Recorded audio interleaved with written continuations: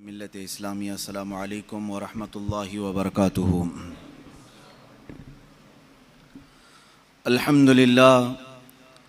अल्हम्दुलिल्लाहिल हन्नानिल mannan अल्लज़ी खलक़ल इंसान व अल्लमहुल बयान वस्सलातु वस्सलामु अला रसूलिही सय्यिदिल इंसी वल जान व अला आलिही व अस्हाबिही ज़विल खैरि वल इहसान। अम्मा बाद फ़अऊज़ु बिल्लाहि मिनश शैतानिर रजीम बिस्मिल्लाहिर रहमानिर रहीम।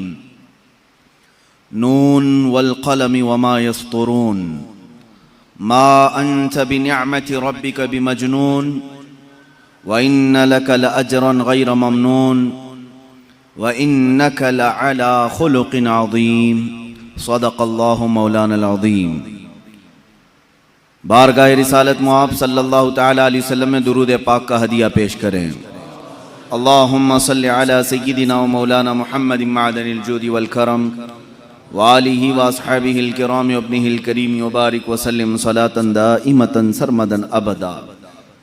अज़ीज़ान गिरामी वक़ार, आज की इस महफिल पाक में रसूल गिरामी वक़ार सल्लल्लाहु तआला अलैहि वसल्लम की बारगाह बेकस पनाह में आपके अखलाक़ अज़ीमा के सिलसिले में गुफ्तगू करनी है।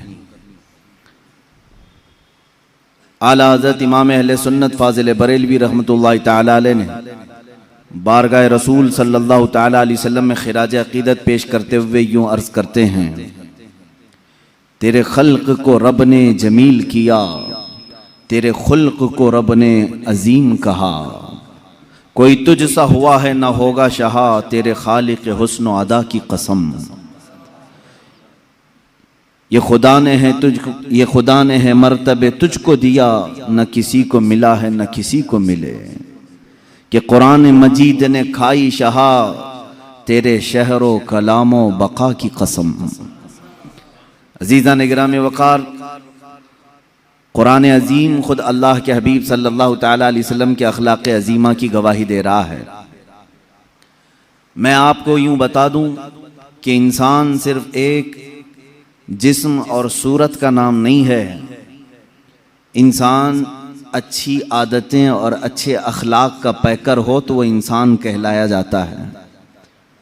और इंसान की सबसे अजीम चीज़ जो उसे मुमताज़ करती है, इज़्ज़त बख्शती है, उसके वो अच्छे आदात हैं, उसके अच्छे अखलाक हैं। जिसको आप कैरेक्टर कहें, आदतें कहें और जिबिल्लत कहें, खसलत कहें, ये वो तमाम चीज़ें हैं जिसमें इंसान ढल करके सारे लोगों में मुमताज़ बनता है। इसीलिए कुरान ने भी अफजलियत का जो मेयार रखा है वो न रंग पे रखा, न नस्ल पे रखा, और न माल पे, न जायदाद पे। कुरान अजीम ने कहीं पर अफजल होने का जो मेयार रखा है वह यूँ नहीं कहा कि तुम में जो सबसे गोरा है वो सबसे इज्जत वाला है। अल्लाह ने ये नहीं फरमाया कि तुम में जिसके पास ज्यादा माल है वो इज्जत वाला है। ना ही उम्र को रखा गया, किसी चीज को नहीं। हाँ, कुरान ने कहा इन्न अक्रमकुम इंदल्लाहि अत्काकुम, तकवे को रखा है कि बेशक तुम्हारी जमात में सबसे अफजल अल्लाह के नजदीक वो बंदा है जिसका तकवा ज्यादा है। तकवा ये अखलाक हसना की चीज है। अखलाक किसे कहते हैं पहले ये समझ लें, फिर हम अखलाक मुस्तफ़ा पर बात करें। इंसान जब दुनिया में आया है तो इसके जीने के अंदाज ये बताते हैं कि इसमें कुछ अच्छी चीज़ें हैं और कुछ बुरी चीज़ें हैं। मिसाल के तौर पर अगर वो मुस्कुराता है तो अच्छा लगता है, वही अगर किसी पर तमाचे लगाता है तो बुरा लगता है। इंसान की आंखें ही दो तरह की नजर आती हैं। देखने में आप खुद महसूस कर लेंगे किसी के साथ, अगर वो फैली हुई आंखों से तुम्हें देखे तो लगता है कि इसके अंदर रहम का दरिया ज्यादा है, और वही वो घूर करके देखने लगे तो ऐसा लगता है कि अक्खड़ मिजाज का आदमी है। यही है अखलाक जो इंसान के मिजाज को बदल देते हैं। गुफ्तगू करने का अंदाज ये अखलाक में से आता है। बात करो किसी के सामने बैठकर 5 मिनट, पता चलेगा अगर नरम गुफ्तगू करता है तो उसकी तबीयत मालूम पड़ जाती है। सख्त गुफ्तगू करता है उसी वक्त आप कतराने लगते हैं और महफिल से उठने की कोशिश करते हैं। इंसान की गुफ्तगू भी उसके अखलाक में से है, उसका देखना भी उसके अखलाक में से है, उसका मुस्कुराना भी उसके अखलाक में से है। इसीलिए मेरे आका सल्लल्लाहु तआला अलैहि वसल्लम की बारगाह में एक सहाबी आए और उन्होंने पूछा, या रसूल अल्लाह सल्लल्लाहु तआला अलैहि वसल्लम, अल्लाह ने इंसान को जो नेमतें दी हैं, अलग अलग नेमतों से नवाजा है, इसलिए कि सबसे ज़्यादा नेमतें इंसान को मिली हैं। तो हुजूर सल्लल्लाहु तआला अलैहि वसल्लम से उस सहाबी ने पूछा, आका इंसान को मिली हुई नेमतों में सबसे बड़ी नेमत क्या है? सबसे बड़ी नेमत क्या है? हुजूर पाक सल्लल्लाहु तआला अलैहि वसल्लम ने फरमाया, नेक अखलाक उसे मिले हों तो ये अल्लाह की सबसे बड़ी नेमत है, सबसे हसीन नेमत है उसके पास। इसीलिए लुकमान हकीम से भी पूछा गया, दुनिया के उस हकीम का तज़किरा कर रहा हूं जिसको कुरान ने भी बयान किया है। वो नबी नहीं थे, लेकिन उनकी बातें इतनी हिकमत से भरी हुई होती थीं कि लुकमान ने अपने बेटे को जो नसीहत की, कुरान ने उसको एक सूरे में बयान किया है। कुरान पाक में पूरा सूरे लुकमान आया है। हज़रत लुकमान के मुतालिक मशहूर है कि वह हर बीमारी का इलाज भी जानते थे और हिकमतों से भरी बातें करते थे। तो लुकमान हकीम से किसी ने पूछा कि नेकी आसान अगर है, सबसे आसान और सबसे अच्छी, तो वो कौन सी है? आपने कहा, इंसान दो चीजों को अपना ले, हर नेकी उसके लिए आसान है, हर नेकी उसके लिए आसान है। कहा दो चीजें? कहा हाँ, दो चीजें वो अपना ले। तो लोगों ने पूछा, है लुकमान वो कौन सी दो चीजें हैं? लुकमान हकीम ने कहा, एक पहली चीज ये है, जब बात करे तो नरम बात करे, जब मुलाकात करे तो मुस्कुरा दिया करे। कौन सी बड़ी मुश्किल चीज है? बहुत आसान है। उन्होंने कहा नेकी बड़ी आसान है। इसीलिए मेरे आका सल्लल्लाहु तआला अलैहि वसल्लम की हदीस भी है, तबस्सुमुका फी वजही अखी का सदका, तुम अपने भाई को देखकर मुस्कुराओ तो भी एक सदका है। यह अखलाक हसना है। इंसान के कैरेक्टर उसका पता बताते हैं। और एक बात, एक सहाबी ने यह भी सवाल किया हुजूर पाक सल्लल्लाहु अलैहि वसल्लम की बारगाह में, आका वालिदैन अपने बच्चों को कोई गिफ्ट देना चाहें, हदिया देना चाहें तो क्या दें? हुजूर पाक सल्लल्लाहु तआला अलैहि वसल्लम ने फरमाया, बाप की तरफ से दिया हुआ सबसे अजीम तोहफा अखलाक हसना है। अगर किसी बच्चे को बाप ने अखलाक दिए हैं, गोया कि उसने अपने बेटे को बहुत बड़ा गिफ्ट दिया है, बहुत बड़ा तोहफा दिया है। समझ जाओ मुसलमानों, तुम अगर गुड्डी गुड्डा ला करके बच्चों को बहला देते हो, उनके बर्थडे में केक काट करके उनका दिल बहला देते हो, तो ये वक्ती तोहफे हैं जो ख़त्म हो जाते हैं वक्त के साथ। लेकिन जो अखलाक हसना है वह ऐसा अजीम तोहफा है कि वह अपने बाप का भी सर हमेशा ऊंचा रखता है। गरीब नवाज को अगर अखलाक हसना में हमने देखा है तो ज़रूर उनकी माँ और बाप की तरबियत का असर है। गौसे आज़म अब्दुल कादिर जीलानी रज़ियल्लाहु तआला अन्हु के अखलाक हसना को अगर आज तारीख़ में बयान किया जाता है तो यकीनन उनकी माँ का उसमें बड़ा किरदार है। माँ बाप की तरफ से दिया हुआ तोहफा, सबसे बड़ा तोहफा क्या है? अखलाक हसना, नेक आदतें, अच्छे अखलाक। ये तो हम छोड़ ही चुके हैं। अपने बच्चों को पैदा करने के बाद मोहल्ले के हवाले कर दिया। बच्चे कब बड़े हो गए माँ बाप को पता ही नहीं चला, इसलिए कि खेलते कूदते वहीं बड़े हो गए। मेरे अजीजों, याद रखो, एक वक्त होता है ये अखलाक का तोहफा देने का। बड़े होने के बाद फिर तुम उन्हें उन अखलाक में नहीं ढाल सकोगे। जब परवरिश के उनके अय्याम होते हैं बचपने के, उस वक्त तुम हसीन अखलाक का उन्हें पैकर बनाओ। इससे एक बात और भी है, बड़े बुजुर्ग हैं हज़रत जुनैद बगदादी रज़ियल्लाहु ताला, आपसे पूछा गया इंसान का ख़ानदान आला है, अशरफ है, कैसे पता चले? फरमाया उसके अखलाक देखो, उसके ख़ानदान का पता चलेगा। कितनी बड़ी बात है। उसके अखलाक को, किरदार, उसके नसब का पता देते हैं, उसके अशरफ और आला होने का पता देते हैं। एक बात याद रखें, जो आला किस्म के लोग होते हैं, आला खानदान से, उनके अखलाक भी आला होने चाहिए।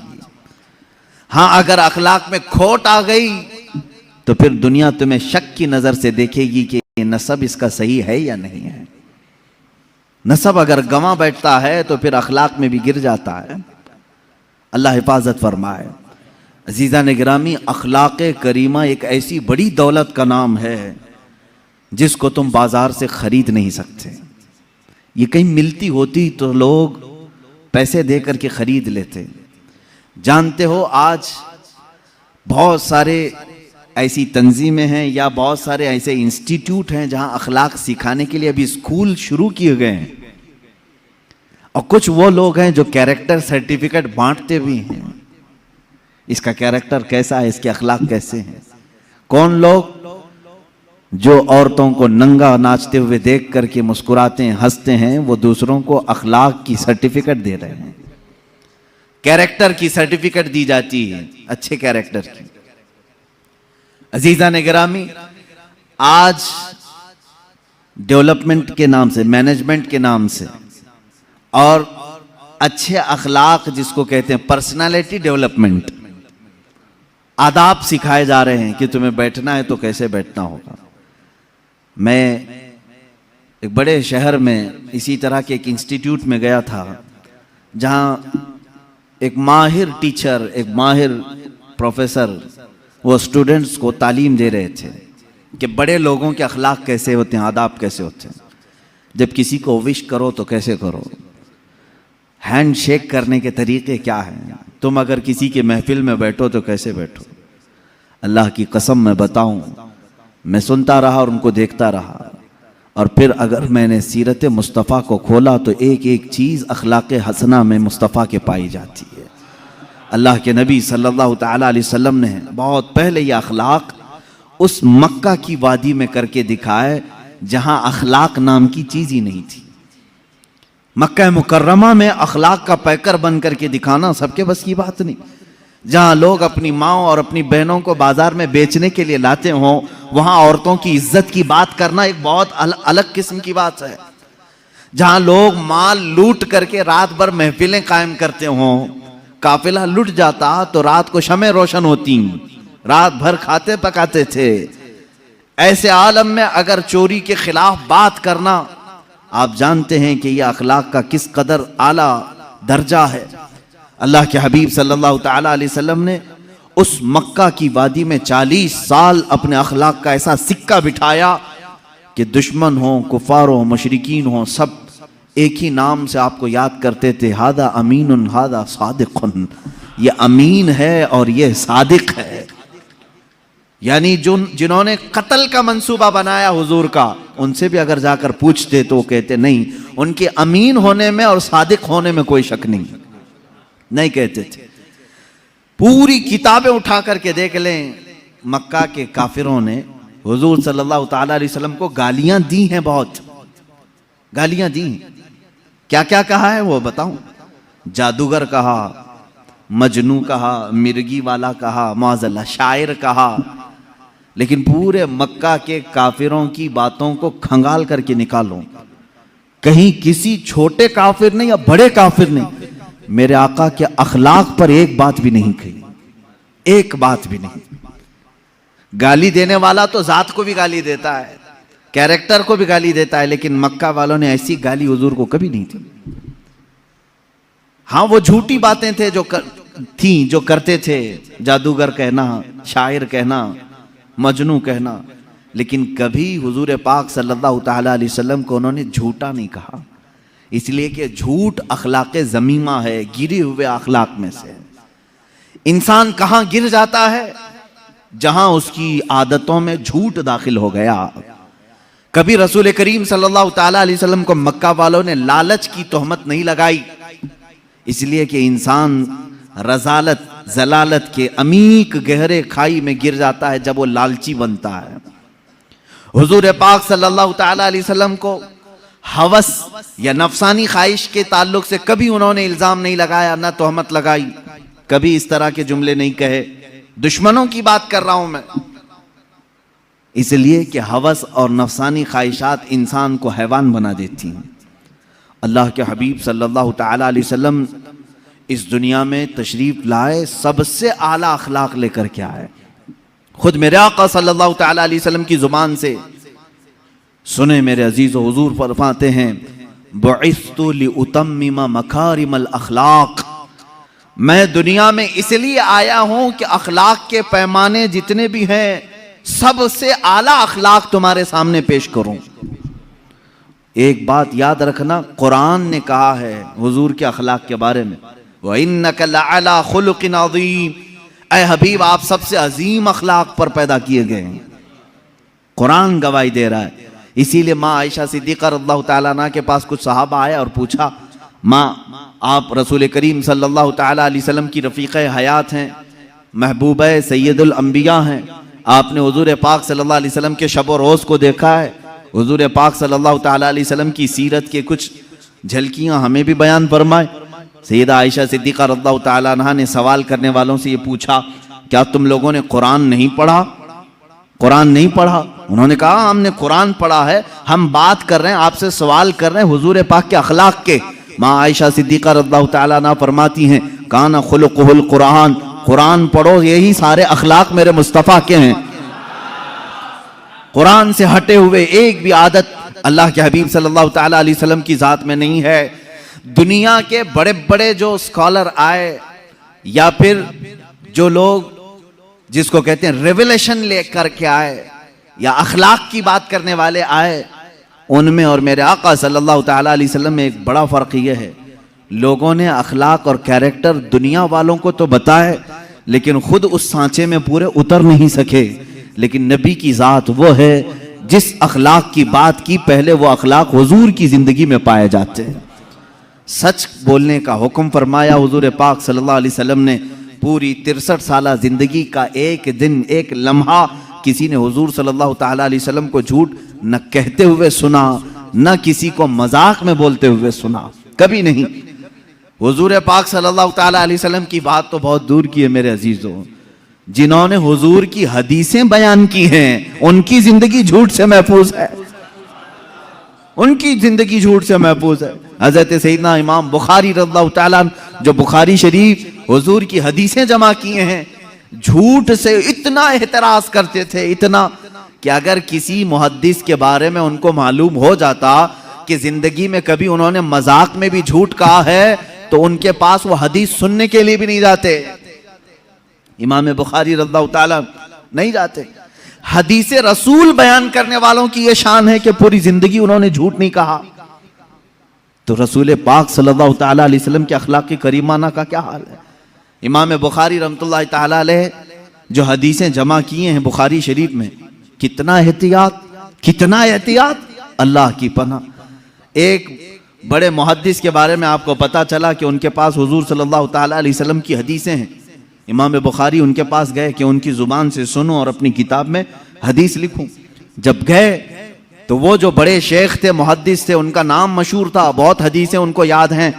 इमाम बुखारी उनके पास गए तो देखा उनका घोड़ा जो है बिदक गया था, सरकश हो गया था, हाथ में नहीं आ रहा था, और वो अपने घोड़े को काबू में करने के लिए बहुत कोशिशें कर रहे थे। घोड़ा जो है हाथ में नहीं आ रहा था। उन्होंने अपना दामन यूं उठाया जैसे दामन के अंदर चारा हो, चारा दिखा करके अपना दामन यूं करके घोड़े को बुलाने लगे, आ आ कह के। घोड़ा करीब आता गया, करीब आता गया। चारे की आस में वो घोड़ा करीब आया। जब वो करीब आया तो आपने दामन छोड़ दिया, घोड़े की नाती पकड़ ली, रस्सी पकड़ ली। इमाम बुखारी रहमतुल्लाहि ताला अलैह वहीं से वापस होने लगे। कहा कि मैं इनसे हदीस नहीं सुनूंगा। उस मुहद्दिस ने रोका कि आप आए थे हदीस सुनने के लिए, क्यों जा रहे? कहा जो अपने घोड़े को झूठ बोल सकता है, मुझे हदीस रसूल भी झूठ बोल सकता है, मैं उससे हदीस नहीं सुनता। मेरे अजीजों, झूठ से एहतराज मुहद्दिसीन की जिंदगी में है। इमामुल अंबिया के अखलाक तो बहुत आला है, और झूठ से एहतराज करना इतना अहम है मेरे अजीजों, इतनी जरूरी बात। एक बात याद रखें, जो झूठा नहीं होता वो बहुत सुकून से सोता है, और झूठ बोलने वाले का सुकून गारत रहता है, हमेशा बेइत्मीनान रहता है। एक सच को छुपाने के लिए उसने झूठ बोल दिया, लेकिन उस झूठ का उस झूठ की लाज रखने के लिए उसको और 100 झूठ बोलने पड़ते हैं, उसके अलावा अलग अलग अलग गढ़ना पड़ता है। दूसरा झूठ, फिर तीसरा झूठ, फिर चौथा झूठ। ये झूठ अखलाके ज़मीमा है, गिरे हुए अखलाक में से है।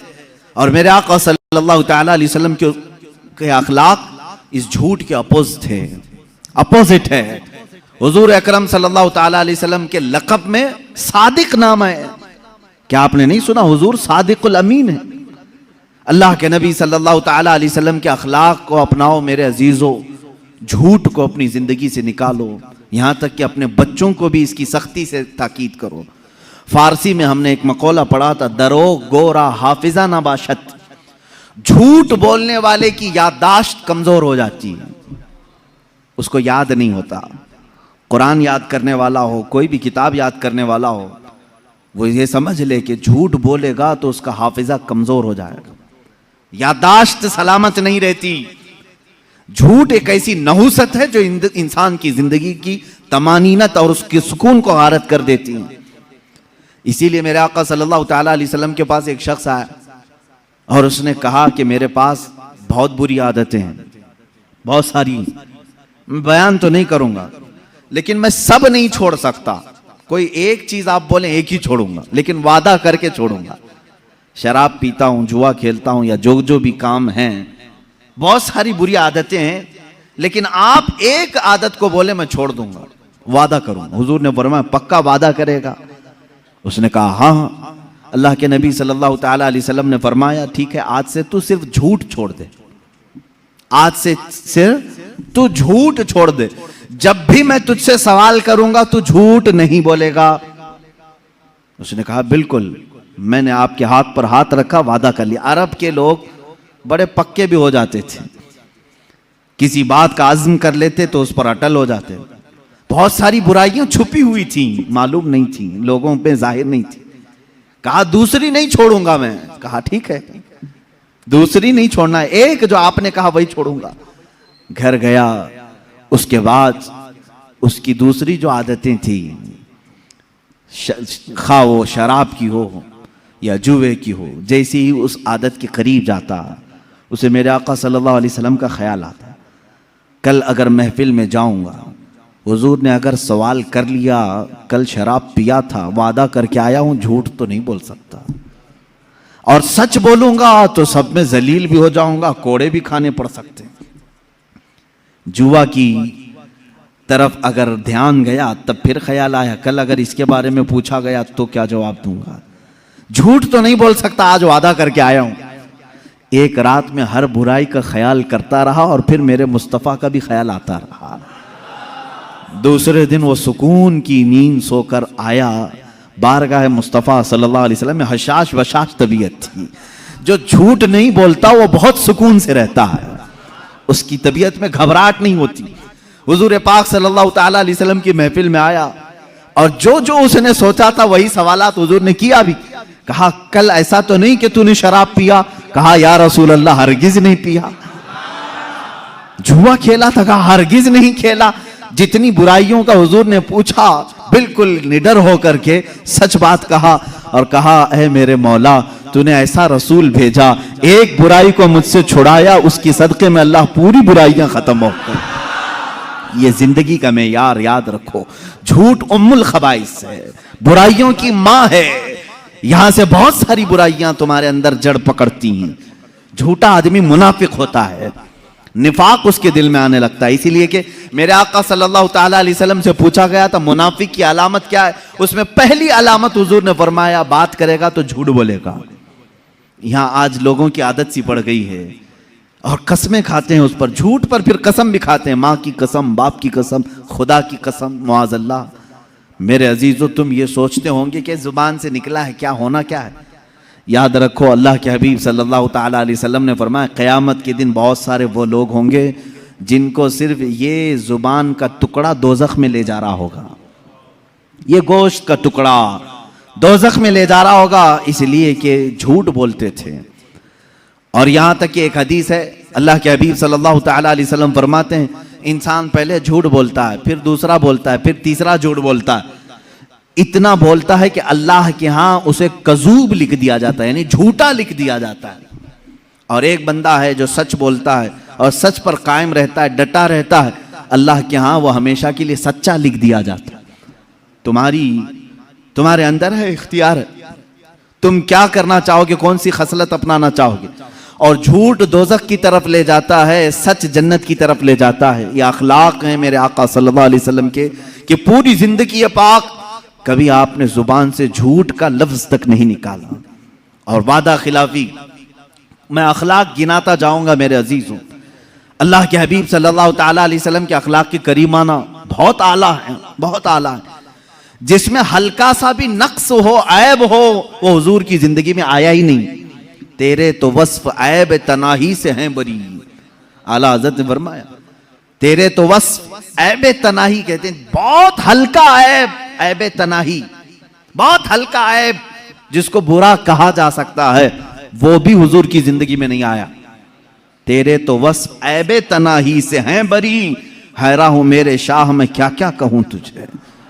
आका आपकी जिंदगी पाक में एक हल्का सा सुई के नाके के बराबर भी बुरा अखलाक आया नहीं, कोई बुरी आदत नहीं आई। बुरी आदतें जिसको आज भी बुरा कहा जाता है, वो अल्लाह के नबी सल्लल्लाहु अलैहि वसल्लम की जिंदगी में कभी नहीं सुनोगे। आप सच के पैकर थे, वादा वफाई में मुकम्मल थे। यहां तक कि हुजूर पाक सल्लल्लाहु ताला अलैहि वसल्लम जब किसी को वादा करते तो इतना ईफाए अहद का एहतमाम फरमाते थे, वादा वफाई का, कि जहां जिसको कह दिया। एक मर्तबा बाजार में किसी शख्स ने कहा कि मैं आ रहा हूं, आप रुके रहे हैं। आपने कहा हाँ मैं तेरे इंतजार में रुकता हूं। वो गया और भूल ही गया, पूरा दिन गुजर गया, वो आया ही नहीं। मेरे आका सल्लल्लाहु ताला अलैहि वसल्लम वहीं खड़े रहे, वहीं रह गए। काफी वक्त के बाद, वो तो भूला हुआ शख्स था, कई लोग आए, कहा अल्लाह के नबी सल्लल्लाहु ताला अलैहि वसल्लम यहीं खड़े रहते हैं। कहा एक शख्स ने मुझसे कहा था और मैं उसके आने का इंतजार कर रहा हूं, मैंने वादा किया था। वो तो भूल गया। वापस जब आया तो मेरे आका सल्लल्लाहु ताला अलैहि वसल्लम को उसी मकाम पर पाया, बहुत रोया। अल्लाह के नबी सल्लल्लाहु अलैहि वसल्लम ने उस शख्स से कहा, ए बंदे, मैं अल्लाह की तरफ से अखलाक आली, अजीम अखलाक को पूरा करने के लिए दुनिया में आया हूं, और मैं कभी वादा वफाई नहीं करता, वादे के खिलाफ नहीं करता। एक सहाबी वो मुशरिकीन में से आकर के हुजूर सल्लल्लाहु ताला अलैहि वसल्लम की बारगाह में ईमान लाए। वो ईमान वाले नहीं थे, पहले काफिरों की सोहबत में। काफिरों ने भेजा था हुजूर सल्लल्लाहु अलैहि वसल्लम के पास हालात देखने के लिए, कि देख करके आओ। तो इन्होंने कहा था मैं 3 दिन के अंदर लौट आऊंगा। वो मदीने आए, लेकिन अपना दिल दे बैठे। आए थे जासूसी करने के लिए, वो हुजूर अकरम सल्लल्लाहु अलैहि वसल्लम के अखलाक से मुतासिर वो ईमान लाए। उन्होंने कहा या रसूल अल्लाह सल्लल्लाहु अलैहि वसल्लम, अब मैं उस कुफार और मुशरिकीन की गलाजतों वाले इलाके में हरगिज नहीं जाऊंगा, मैं नहीं जाना चाहता। ईमान की बहारें मदीने में हैं, अखलाक आली यहाँ पर है।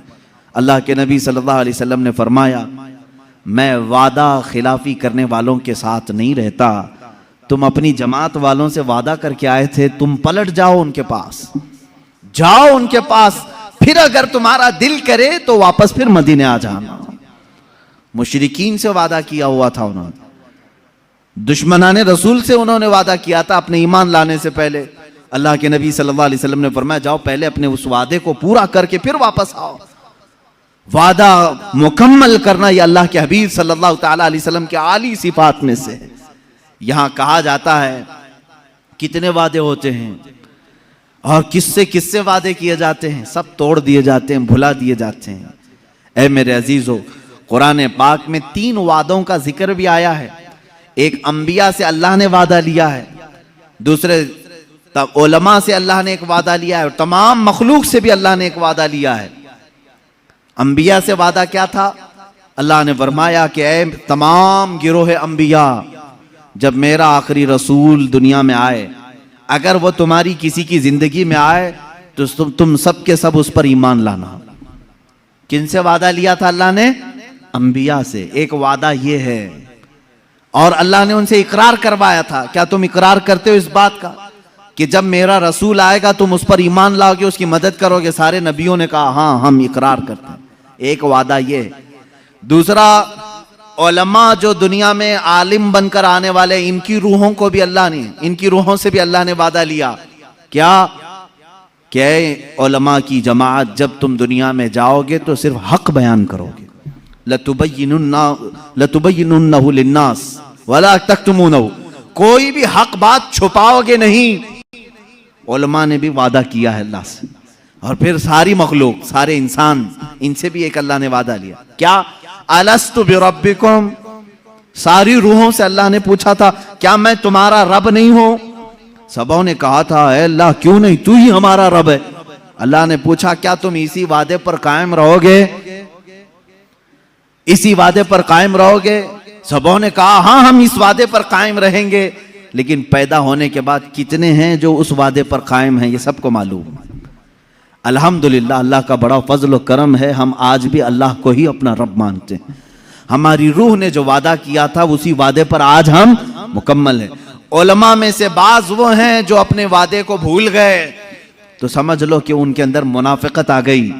जो हक बयान नहीं करना चाहते और जो छुपाना चाहते हैं हक बातों को, उनके अंदर निफाक आ गया।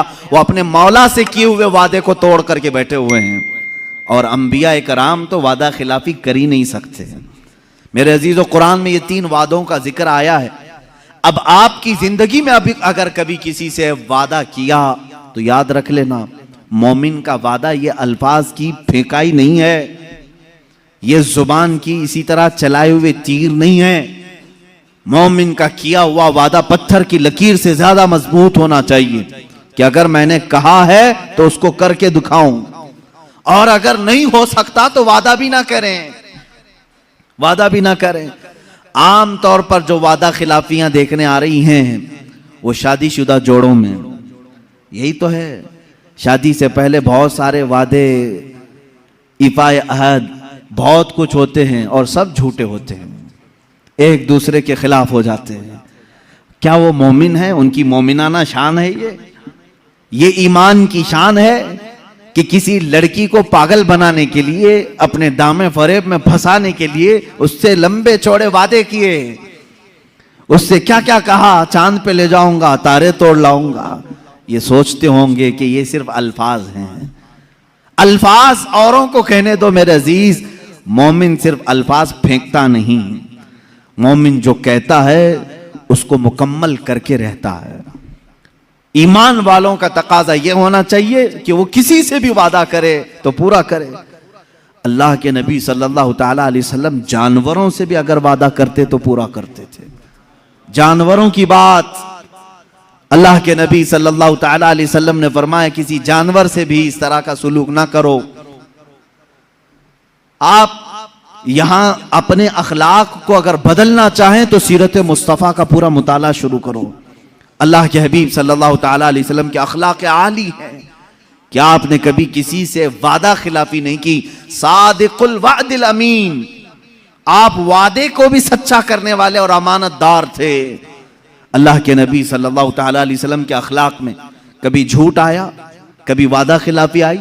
तीसरी बात मैं जिक्र कर रहा हूं, अमानतदारी में मेरे आका की कोई मिसाल नहीं। अमानतदारी, अमानत इंसान के अखलाक में बहुत आला अखलाक हैं। जो बंदा अमानतदार होता है वह अल्लाह के नज़दीक भी मोहतरम होता है, बहुत मुअज़्ज़म है, मुकर्रम है। अमानत किसे कहते हैं? कोई भी चीज़ तुम्हारे पास रखी गई, उसे संभालने को कहा गया, फिर जब उस शख्स ने वापस मांगा तो तुम उसको वो चीज़ वापस लौटा दो। अभी इसमें पैसे भी हो सकते हैं, सामान भी हो सकता है, बातें भी हो सकती हैं, बातें भी हो सकती हैं। कोई भी चीज़ अगर तुम्हारे पास अमानत के तौर पर रखी तो अमानतदार वही शख्स है जो रखी हुई चीज में खुर्द बुर्द ना करे, उससे पूछे बगैर कोई चीज उसमें इस्तेमाल ना करे। आपने अगर मेरे पास 1000 रुपये रखे और कहा यह अमानत है, आप इसको संभालें, मैंने उसको संभाला, 1 महीने के बाद आप दोबारा आए, मैंने अगर वो 1000 वापस तुम्हें लौटा दिए तो अमानतदार कहलाऊंगा। 1 रुपये भी खाया था तो खयानतदार, नहीं देने की बात किया तो और बड़ा झूठा धोखेबाज। खयानतदार, कम करने वाला और ना देने वाला, हड़प करके गसब करने वाला, धोखेबाज, अल्लाह की बारगाह में उसका और बड़ा अजाब है। मोमिन की तो ये शान ही नहीं। अल्लाह के नबी सल्लल्लाहु अलैहि वसल्लम के पास तो अमानतें रखने वाले ऐसे लोग थे, आपको मालूम है, जिन्होंने हुजूर सल्लल्लाहु अलैहि वसल्लम के ऊपर तलवार उठाई कत्ल के मंसूबे से, उनकी तलवारें भी हुजूर के पास अमानत में रखी जाती थी। वो भी जो दुश्मनी में उरूज पर पहुंचे हुए थे, अपनी अमानतें हुजूर के पास ही रखते थे। उनको मालूम था दुनिया इधर से उधर हो जाएगी, मोहम्मद अमानत में खयानत कभी नहीं करते सल्लल्लाहु ताला। हुजूर के मुतालिक इतना यकीन था उन्हें, इसीलिए हिजरत की रात हुजूर सल्लल्लाहु अलैहि वसल्लम मौला अली करमल्लाहु वजहुल करीम को अपने बिस्तर पर सुलाकर यही तो फरमाते हैं, अली कल सुबह उठना, मेरे पास मक्का वालों की अमानतें हैं, ये फला फला को अमानत वापस करके तुम भी मदीने चले आना। मुझे बताओ, जो शहर छोड़ करके जा रहा है सारा बटोर करके ले जाए, कौन पीछा करेगा, कौन आएगा? देखते हैं मैं नए शहर में जा रहा हूं। अल्लाह के नबी सल्लल्लाहु ताला अलैहि वसल्लम ने जिसका जिसका जैसा हक था वो वापस लौटाया, अगरचे वो दुश्मनों का हक था, वो हुजूर के दुश्मनों का हक था, लेकिन आपने वापस लौटाया। पूरी जिंदगी पाक में आपके किसी ने आपकी अमानतों पर उंगली नहीं उठाई, कभी आपको तोहमत नहीं लगाई। अजीज़ान गिरामी, मोमिन की भी आला शान होनी चाहिए, वो अमानतदार बने, अमानतदार बने। कोई चीज तुम्हारे पास रखी हुई हो उसे या तो लौटाओ या तो फिर उसकी सही हिफाजत करो। अमानत में खयानत करने वाले के मुतालिक भी हुजूर सल्लल्लाहु अलैहि वसल्लम फरमाते हैं वो मुनाफिक है। ईमान वाला अमानत में खयानत नहीं करता। अब अगर इसके मफहूम को मैं तवील करूं तो बहुत लंबा हो जाएगा। क्या चीज अमानत है? चलो मैंने आपके पास 100 रुपये दिए, आप 100 रुपये वापस लौटाएंगे तो आप अमानतदार, बात सही है। और अगर कम करके लौटाया तो खयानतदार। ये फार्मूला मालूम है? अब सुनो, अल्लाह रब्बुल इज्जत ने तुम्हें क्या क्या चीजें अमानत में दी। तुम्हारे हाथ ये अमानत हैं अल्लाह की, तुम्हारी आंखें अल्लाह की अमानत हैं, तुम्हारी जुबान ये अल्लाह की अमानत है, तुम्हारा जहन, तुम्हारा दिल ये अल्लाह की अमानत है। कुरान में अल्लाह ने फरमाया सुम्मा लतुसअलुन्ना यौमइदिन अनिन नईम, क़यामत के दिन फिर मैं अपनी हर नेमत के बारे में पूछूंगा। मैंने फला फला फला चीजें तुझे दी थी अमानत के तौर पर, वापस पलटा। अगर हमने सही सलामत अल्लाह तक की अमानतें लौटाई तो अमानतदार हैं, वरना खयानतदारों में उठाए जाएंगे। मुझे बताओ मेरे अजीजों, क्या हम खयानत के इर्तिकाब में नहीं हैं? आज हमारी आंखों का वही इस्तेमाल हो रहा है जो मौला चाह रहा है? क्या हमारी उंगलियां, हमारे हाथ, हमारे पैर महफूज हैं? अल्लाह ने जिस मकसद के लिए इनको पैदा किया उसी मकसद पर हमने इनको लगाया है। तो अगर हमने गलत इस्तेमाल करना शुरू किया है तो अल्लाह की अमानतों में खयानत हो रही है। क़यामत के दिन खयानत करने वालों में हशर हो सकता है। हाँ, लेकिन अल्लाह रब्बुल इज्जत अफू व गफूर व करीम व रऊफ व रहीम है। वो चाहे तो तुम्हारी खयानतों को माफ करेगा, माफ करेगा। फिर से अल्लाह तबारक व तआला तुम्हें पाक व साफ करके उठाएगा। तौबा कर लो। अब तक अगर खयानत की थी अपने हाथों से, अपने आंखों से या अपनी जुबान से, तौबा कर लो, बाज आ जाओ। ये कहो ए बारे इलाहा, तेरी दी हुई आंखें मैंने गलत जगह इस्तेमाल की, तेरी दी हुई जुबान से मैंने गलाजतें निकाली। ए रब्बे जुल जलाल, तूने कुरान पढ़ने के लिए मुझे जुबान दी थी। कुरान में कहा था वक़ूलु लिन्नासि हुस्ना, लोगों से अच्छी अच्छी बातें करो, लेकिन जुबान खुलती थी तो गाली गलोच भी आई, झूठ भी आया, गीबत भी आई, चुगली भी आई, गाने बजाने भी आए। ये तमाम चीजों से अपनी जुबान को गलीज कर लिया, अमानत में खयानत हो गई। लेकिन याद रखो, जब किसी बंदे को ये एहसास हो जाए कि मैंने अल्लाह की अमानतों में खयानत किया है तो फौरन पलट आए अल्लाह की बारगाह में। इसीलिए कि रब ताला फरमाता है अब भी हमारा दरे रहमत खुला है, तुम्हारी खयानतों को अल्लाह माफ करेगा, अल्लाह माफ फरमाएगा।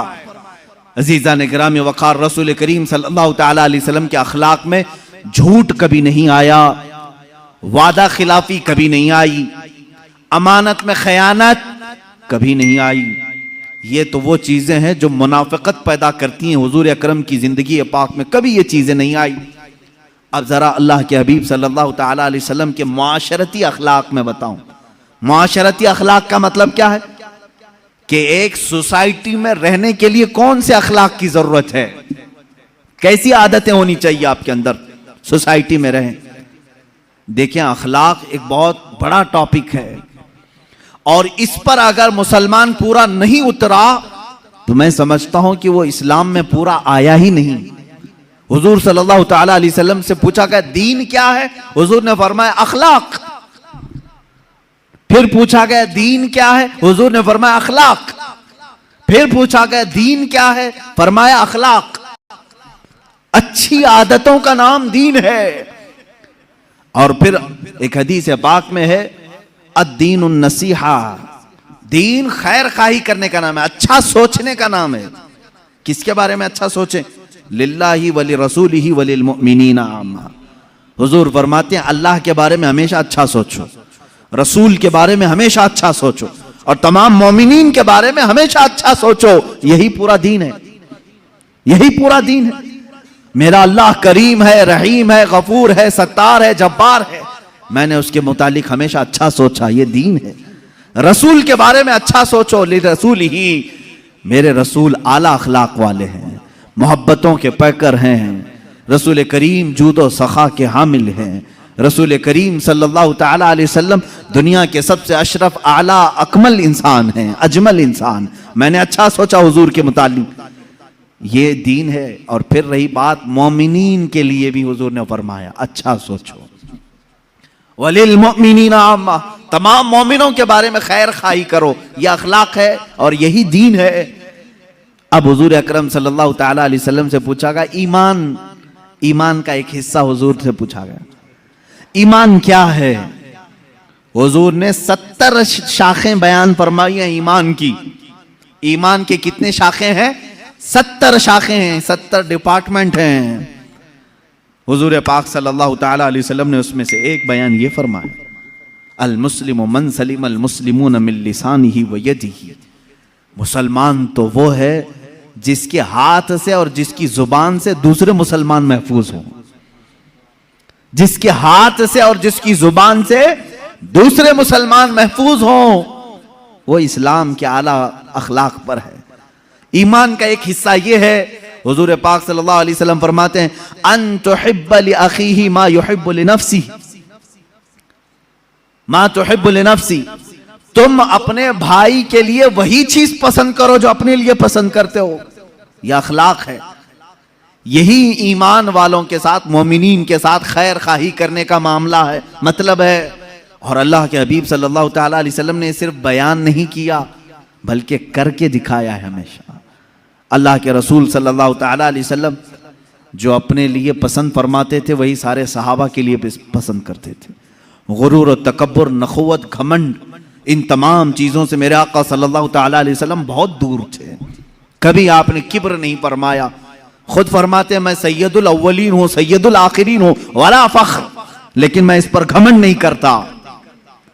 हुजूर पाक सल्लल्लाहु ताला अलैहि वसल्लम फरमाते हैं अना सैयदु वुल्दी आदम वला फख्र, मैं आदम की सारी औलाद का सरदार हूं लेकिन इस बात पर घमंड नहीं करता। अल्लाह के हबीब सल्लल्लाहु अलैहि वसल्लम फरमाते हैं मैं इस पर तकब्बुर नहीं करता, बड़ाई नहीं मारता। अल्लाह के रसूल सल्लल्लाहु ताला अलैहि वसल्लम ने मुआशरती अखलाक जो बयान किए हैं वो आज जरूर सुनो और दूसरों तक पहुंचाओ। सोसाइटी में रहने के लिए कौन से अखलाक चाहिए? आप एक मुआशरे में रह रहे हैं, एक मोहल्ले में रह रहे हैं, आपके अखलाक कैसे रहें? रसूल करीम सल्लल्लाहु ताला अलैहि वसल्लम की तालीमात जब पढ़ो, अल्लाह अल्लाह, मेरे आका फरमाते हैं मेरी उम्मत में से वो ईमान वाला है ही नहीं कि रात को खाना पेट भरकर खा के सोया हो और उसका पड़ोसी भूखा सो रहा हो। उसके पड़ोसी के घर में अगर खाना नहीं था और तुम्हारे घर में खाना पका था तो तुमको अल्लाह के नबी सल्लल्लाहु अलैहि वसल्लम ने फरमाया अभी तुम ईमान के दर्जे को पहुंचे नहीं। यह है मुआशरती अखलाक, सोसाइटी के अखलाक कि जिस जगह तुम रह रहे हो अपने साथ दूसरों की फिक्र रखना। मैं खा रहा हूं तो मेरे बगल वाले का क्या हाल है, अगर वो लोग भी अच्छे हैं तो तुम भी अच्छे खाओ।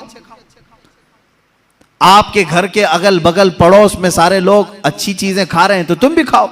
यहां तक कि हुजूर अकरम सल्लल्लाहु अलैहि वसल्लम ने फरमाया जब तुम सालन बनाया करो तो पानी ज्यादा डाल लो। क्यों? पतला सालन खाना अच्छा है? पतला सालन खाना अच्छा है?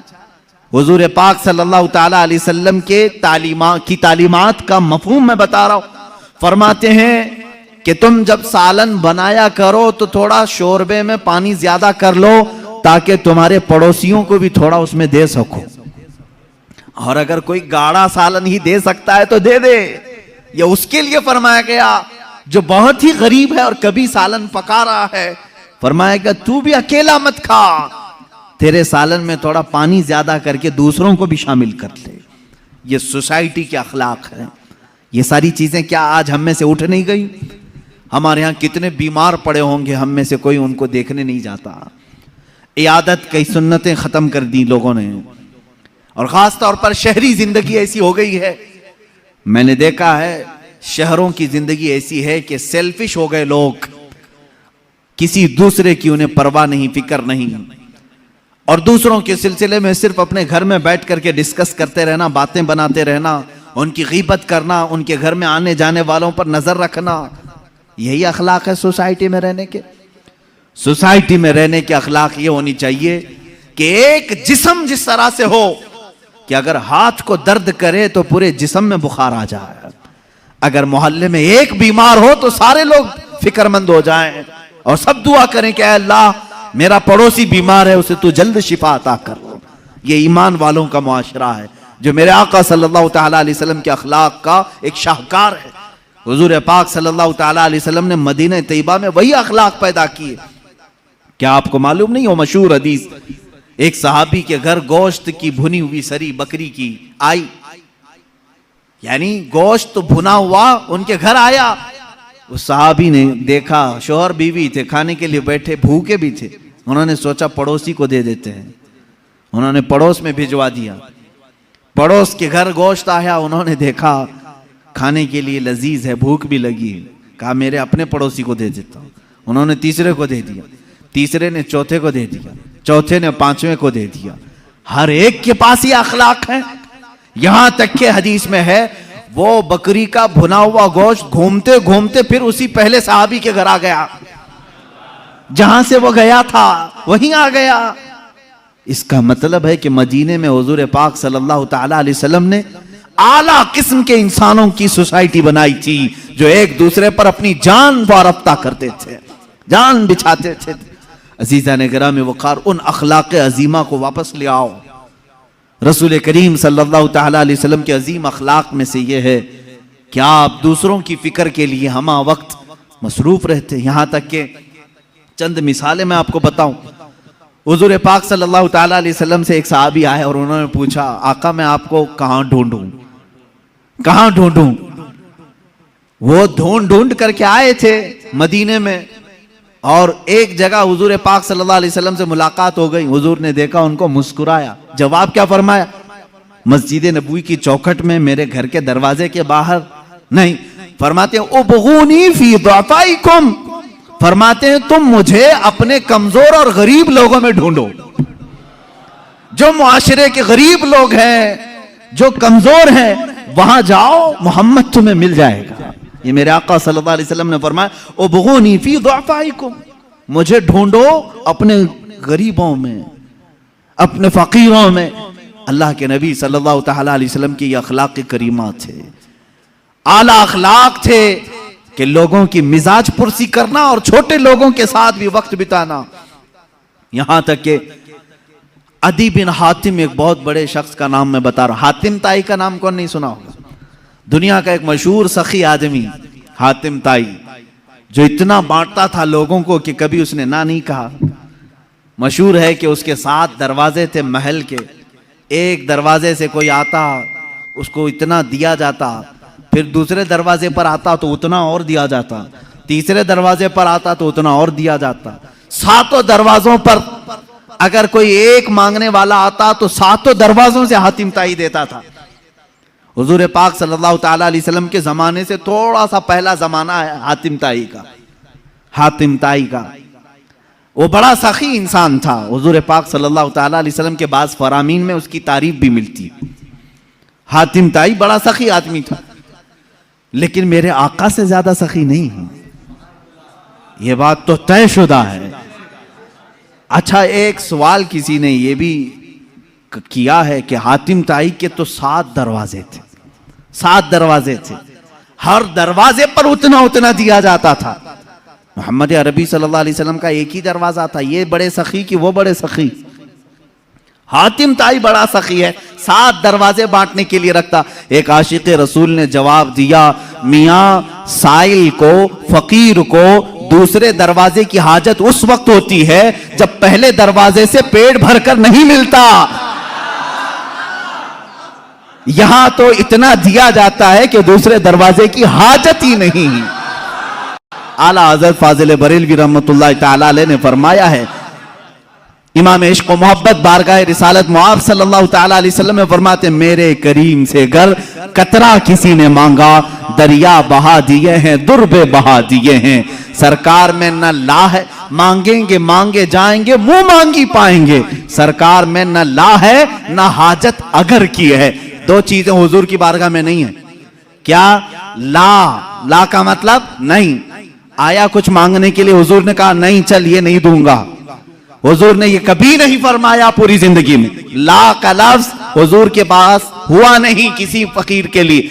और दूसरी चीज है अगर यानी मेरे पास कोई आया, मैं कहा अगर नमाज पढ़ेगा तो दूंगा, अगर रोजा रखेगा तो दूंगा। हुजूर ने कभी किसी को बांटा है तो अगर पे भी नहीं दिया, अगर तो अच्छा बनेगा तो दूंगा, नहीं। आला हज़रत फरमाते हैं, सरकार में न ला है न हाजत अगर की है। वाह क्या जूदो करम है शहे बता तेरा, नहीं सुनता ही नहीं मांगने वाला तेरा। उस हातिम ताई के बेटे की बात कर रहा हूं, अदी बिन हातिम। अदी नाम था, अदी। ये एक जंग में हुजूर पाक सल्लल्लाहु तआला अलैहि वसल्लम के सहाबा के मध्य मुकाबिल आया।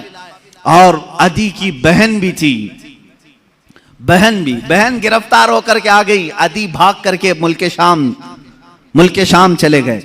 वो यमन में रहते थे, यमन में लड़ाई हुई, सहाबा गालिब आए, वो यमन से फरार होकर मुल्क शाम चला गया।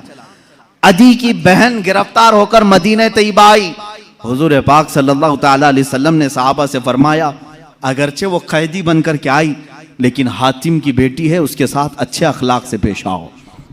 कैदियों के साथ अच्छे अखलाक से पेश आना मेरे आका की शान है।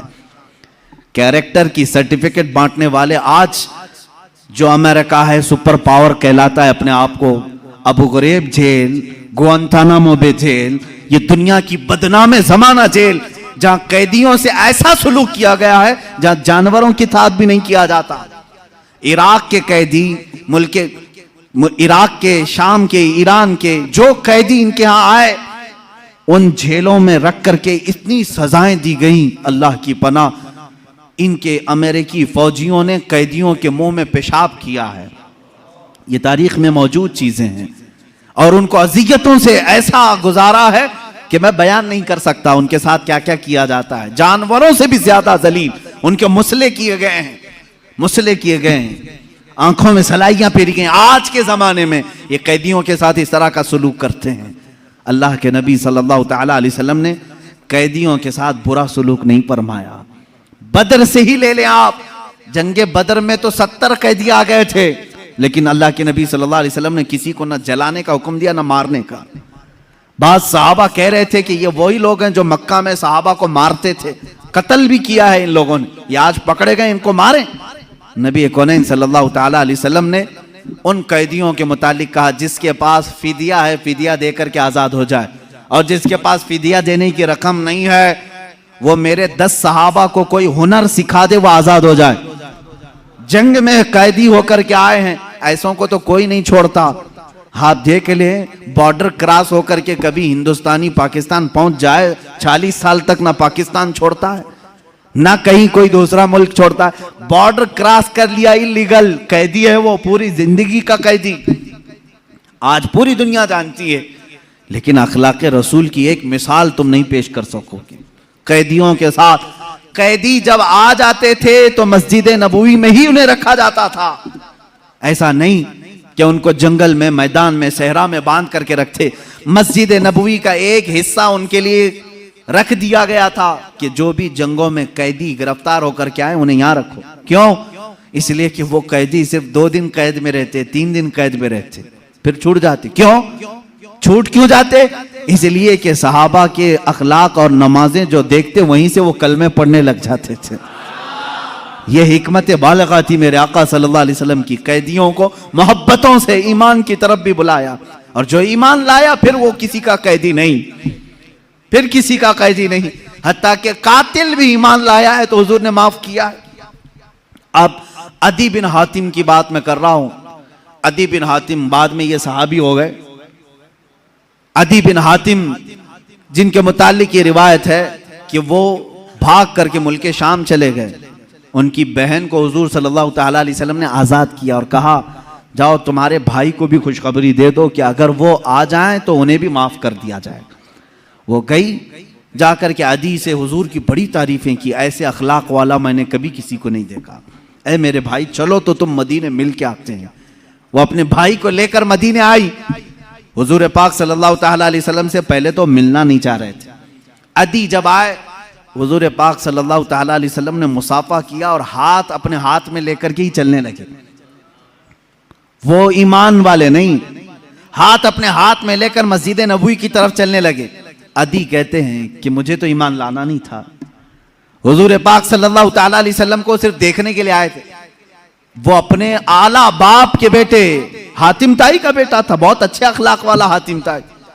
लेकिन हुजूर पाक सल्लल्लाहु तआला अलैहि वसल्लम के पास जब हातिम ताई का बेटा आया है, मस्जिद नबवी जाने से पहले रास्ते में एक बूढ़ी औरत दौड़ती हुई आई।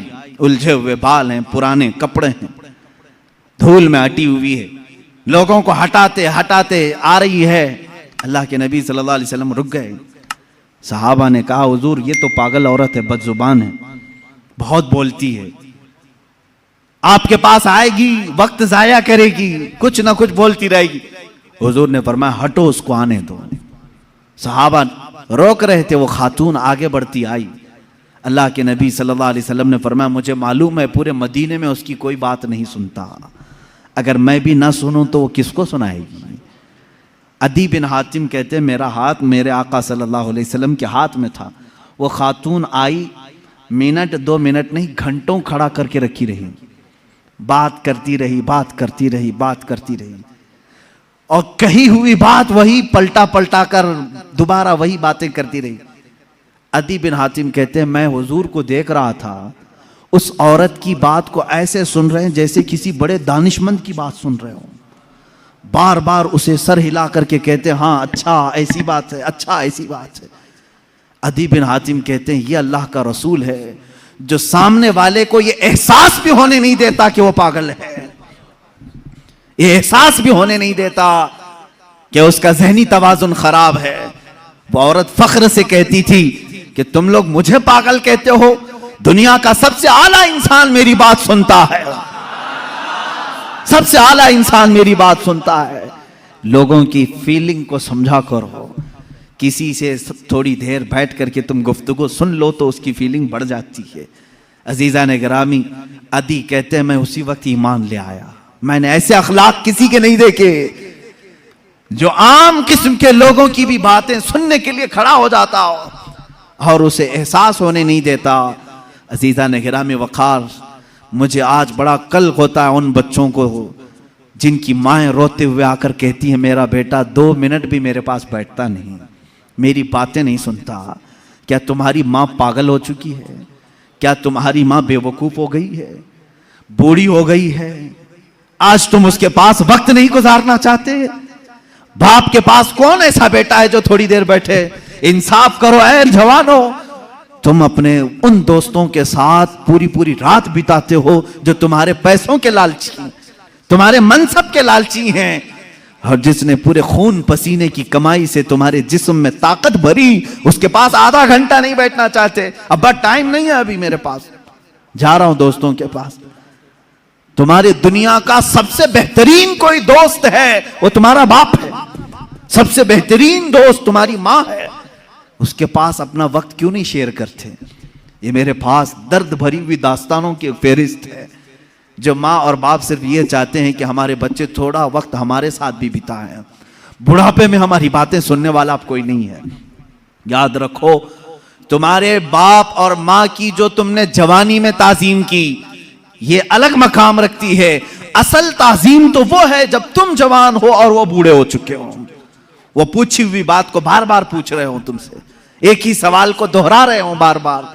तुम चिल्ला करके कहोगे अम्मा अभी तो बताया था, बार बार क्या पूछती है? ना मेरे अजीज, तुम उम्मत मुस्तफा हो। मेरे आका सल्लल्लाहु ताला अलैहि वसल्लम एक ऐसी औरत जिसके मदीने में कोई बात नहीं सुनता, एक ही बात को 70 बार सुना होगा, लेकिन कभी हुजूर ने नहीं फरमाया अभी थोड़ी देर पहले तूने कहा था ना। उसकी बात, हर बात सुनते रहे। अपने माँ बाप में से जब कोई बुढ़ापे को पहुंच जाए, वो तुमसे बार बार सवाल करने लगे, तो उन्हें ये एहसास भी होने नहीं देना कि उन्होंने तुमको इससे पहले भी कोई बात पूछी थी। हर बार नई ताजगी के साथ जवाब दो, हाँ अम्मा ऐसी बात तो है। कभी तुम्हारी माँ ने पूछा बेटा सुबह नाश्ता किए थे? कहा हाँ अम्मा नाश्ता हो गया। थोड़ी देर के बाद फिर पूछी अम्मा बेटा नाश्ता किए थे?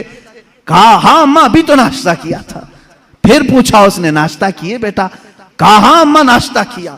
ये नहीं कि अम्मा अभी तो बताया फिर पूछ रही हूं, नहीं, उसे ये एहसास तक होने ना दो कि उसने 2 बार तुमको पहले पूछा है। यह है माँ बाप की ताजीम, यह है हुस्न अखलाक। अल्लाह के नबी सल्लल्लाहु ताला अलैहि वसल्लम उनकी बातें सुनते थे जिनकी दुनिया में कोई नहीं सुनता था। इसीलिए शायर ने कहा है लगाते हैं सीने से उसको भी आका जो होता नहीं मुंह लगाने के काबिल, जो होता नहीं मुंह लगाने के काबिल है। मेरे अजीजों, यही तो एक भरम हमारे पास है, यही तो एक आस हमारे पास है।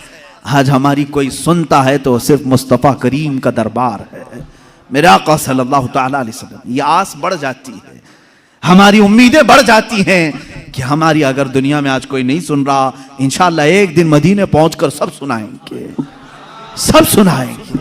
मेरे आका सल्लल्लाहु ताला अलैहि वसल्लम धुतकारेंगे भी नहीं, इनकारेंगे भी नहीं, सुनेंगे पूरी बातें। यहां तक कि अल्लाह के नबी सल्लल्लाहु ताला अलैहि वसल्लम के पास लोग आते अपनी दर्द की दास्तानें सुनाने के लिए। कभी आपने महसूस किया कि मेरी जिंदगी ऐसी तो बन जाए, कोई मेरे पास आकर के अपने गम को सुना ले? मैं अपनी तारीफ नहीं करता, कभी कभार मेरे पास ऐसा होता है, लिखने में बैठा हूं, पढ़ने में मसरूफ हूं, कोई दर्द के मारे हुए लोग या कोई खातून औरतें जब बात करती हैं तो बहुत ज्यादा बात करती हैं। होता है कि डांट दिया जाए, रख दिया जाए, लेकिन अखलाक मुस्तफ़ा ये होते हैं, हम ये सोच लेते हैं कि शायद थोड़ी देर बात करने से इसकी दिल की भड़ास निकल जाए, इसका दिल हल्का हो जाए। अगर अल्लाह ने मुझे जरिया बना लिया तो ये भी उसका इनाम है। बनो इस तरह से कि तुम्हें कोई अपना दर्द सुना सके, तुम्हारे कंधे पर सर रख करके रोकर अपना हल्कान कर सके, 2 आंसू तुम्हारे सामने बहा ले तो उसे हल्का लगने लगे। ये नहीं कि तुम हर एक से जी छुड़ाते हुए, जान छुड़ाते हुए भागते रहो। कितनी माएं आज तुम्हारे इंतजार में, उन जवानों की। मैंने शायद इससे कबल भी कहा हो अपनी तकरीरों में, फिर मैं आज दोहराता हूं। एक नौजवान है, आज भी मैं बच्चों से कहता हूं वक्त को गनीमत जानो। मेरे अजीज बच्चों, जो अल्लाह ने तुम्हें माँ बाप की दौलत से नवाजा है, ये दोबारा नहीं मिलते। एक बार इनका जनाजा निकल जाता है तो दुनिया में अंधेरा छा जाता है। फिर दोबारा बाप की जैसी कोई छत भी नहीं मिलती और माँ के जैसा कोई साया भी नहीं मिलता। ये याद रखना हमेशा। एक नौजवान को मैंने देखा था, वो बड़ा अय्याश तबीयत का था, माँ बेवा है, बहुत पहले ही शौहर का इंतकाल हो गया था।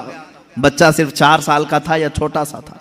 जब से वो घरों के काम कर करके अपने बच्चे को पालती थी, जवान हुआ तो औबाशों की सोहबत में लग गया, बदमाशों की सोहबत में आ गया। माँ को अब इससे बड़ा धचका और क्या लगे। एक दिन आई थी मेरे पास रोते हुए, कहा गजब हो गया, जिंदगी ने पहले ही मेरे से शौहर की जुदाई, और मैंने ऐसे अय्याम काटे कि लोगों के जूठे बर्तन धोए, इस उम्मीद पर कि एक बेटा है जवानी में, ये जब पहुंचेगा तो मेरे बुढ़ापे का सहारा होगा। लेकिन मुफ्ती साहब ऐसा हो गया कि मेरा बेटा बदमाशों की सोहबत में चला गया। अब मेरा वो आखिरी सहारा भी खत्म है, मैं किसके पास जाऊं। वो गम के मारे इतना रोई थी। मैं जब भी आज याद करता हूं उस खातून को तो मुझे तन्हाई में रोना आता है। मैं जितनी कोशिश हो सकी मैं कोई बहुत बड़ा मौसर आदमी नहीं हूँ, एक छोटा तालिब इल्म। सोचा कि उस नौजवान बच्चे को बुलाऊं, उसके साथ मैंने थोड़ा वक्त गुजारा, उसे समझाया तेरी माँ की कदर और कीमत क्या है। वो एक बेवा है, एक बेवा है, वो 4 औरतों के साथ बैठने में शर्म करती है। क्या तू अपनी माँ के साथ वक्त नहीं बिताता? दुनिया में तेरे दोस्त होंगे, तुझे दोस्त छोड़ करके जाएं तो तुझे कितनी तकलीफ होती है। तू सोच अपनी माँ को, उसके तो कोई दोस्त नहीं और उसका बेटा भी उसको रात अकेला छोड़कर जाता है। वो रोया मेरे पास, कहा कि हजरत मैं वादा करता हूं अपनी माँ के लिए मैं काम करूंगा। मैंने समझाया, दूसरे दिन कहा मैं नौकरी के लिए तलाश में चलता हूं। मुझे वो बात आज भी याद है, तकरीबन 6-7 साल हो गए होंगे। वो नौजवान है अभी भी, वो सुनता भी होगा।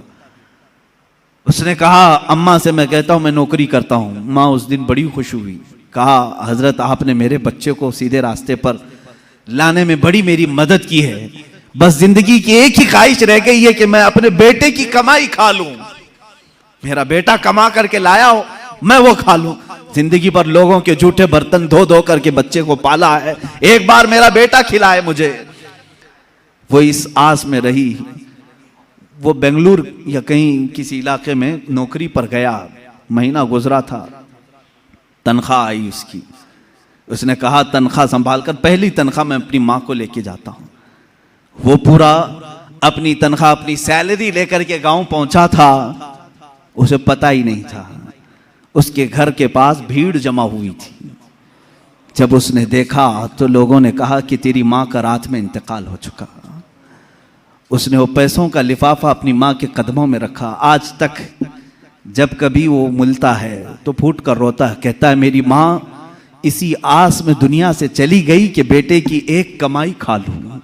लेकिन मुझसे ज्यादा बदनसीब कौन है इस दुनिया में, जो माँ के कमाए हुए जूठे बर्तन को धोए हुए कमाई तो खा लिया, अपने हाथों का एक लुकमा में अपनी बेवा माँ को खिला नहीं सका। ऐ नौजवानों, क्या इसी का नाम जिंदगी है?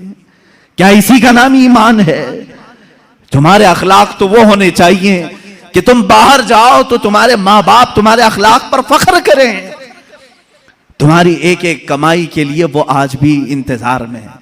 एक बात याद रखना, माँ बाप लालची नहीं है तुम्हारे, लेकिन सिर्फ उनकी ख्वाहिश ये होती है कि बेटा अपने पैरों पर खड़ा हो जाए। जब मुर्गी अपने चूजों को खुद खाते हुए देखती है तो खुश हो जाती है। पहले चोंच से दाने तोड़ तोड़ के खिलाती रहती है, लेकिन जब बच्चे खाने के लायक हो जाते हैं तो खुश होती है। क्या तुम्हारे माँ बाप को इतनी भी खुशी नहीं देना चाहते हो? आज इतना भी उन्हें सुकून नहीं देना चाहते? जिन्होंने माँ बाप के साथ बदतमीजियां की हैं, उन्होंने दुनिया में अपनी जहन्नम खरीदी है। अल्लाह के नबी सल्लल्लाहु अलैहि वसल्लम से किसी ने पूछा माँ बाप क्या हैं? हुजूर ने फरमाया वो तेरी जन्नत भी है, तेरी दोज़ख भी है। वो तेरी जन्नत भी है, तेरी दोज़ख भी है। जिसने माँ बाप के साथ बुरा सलूक किया उसने दुनिया में दोज़ख खरीद ली है। अल्लाह के नबी सल्लल्लाहु अलैहि वसल्लम ने यहाँ तक फरमाया, मैं तो चाहता हूं कि जिस घर में वालिदैन का नाफरमान हो उसके घर को आग लगा दूं, दुनिया में आग लगा दूं। यह बात यहां से निकली थी कि तुम उम्मत मुस्तफा हो। मेरे अखलाक, मेरे आका के अखलाक तो ये थे। आम खातून जो दुनिया की है, मदीने की गलियों में बूढ़ी औरत है, फटे कपड़े हैं, उलझे बाल हैं, उसकी बात सुनने के लिए पूरे कायनात का आका खड़ा हो सकता है। तो है मेरे अजीज, तुम अपनी माँ के लिए थोड़ा सा वक्त नहीं निकाल सकते? अपनी माओं के पास वक्त गुजारो। मैं समझता हूं दुनिया का अजीम वक्त है, दुनिया का अजीम वक्त है। मैं भी आज अपनी डायरी में मैंने लिखा है, मैंने बहुत सारी जगहों पर तालीम हासिल की है, मदरसों में पढ़ा हूं, हिफ्ज़ कुरान हुआ है, आलिम पढ़े हैं या मुफ्ती कोर्स किए हैं, जहां जहां वक्त गुजारे हैं। लेकिन मैंने महसूस किया है मेरी जिंदगी का सबसे कीमती वक्त वो है जब मेरे बाप बीमार थे और मैं उनके कदमों में बैठा रहा हूं, उनकी आखिरी नसीहतें सुन रहा हूं। उससे बेहतर वक्त हमारी जिंदगी में नहीं आया। एक मेरे उस्ताद गिरामी, मुर्शिद गिरामी के पास गुजारा हुआ वक्त, वो मेरी जिंदगी का लुब्बे लुबाब है, हासिल कलाम है। मैं समझता हूं मेरी नजात का कोई जरिया है तो यही 2 वक्त है। बाकी तो मैंने भी दुनिया में कोई अच्छा काम नहीं किया। लेकिन मेरे अजीज हो, याद रखो, तुम्हारे पास, तुम्हारे वालिदैन के पास गुजारा हुआ थोड़ा वक्त तो होनी चाहिए। खुश करो उन औलाद, उन वालिदैन को, और ये भी याद रखना, आज वो तुम्हारे वालिदैन हैं, कल तुम किसी और के वालिदैन बनने वाले हो, कल तुम भी बाप बनोगे, तुम्हारे सामने भी तुम्हारे बच्चे आएंगे और तुम उस वक्त दर्द की सिसकियां लेते रहोगे, सोचोगे मेरा बेटा जवाब दे रहा है, कितना बुरा लग रहा है। उस वक्त एहसास होगा जब मैंने मां को ताना मारा था तो मेरी मां का कलेजा क्या हुआ होगा।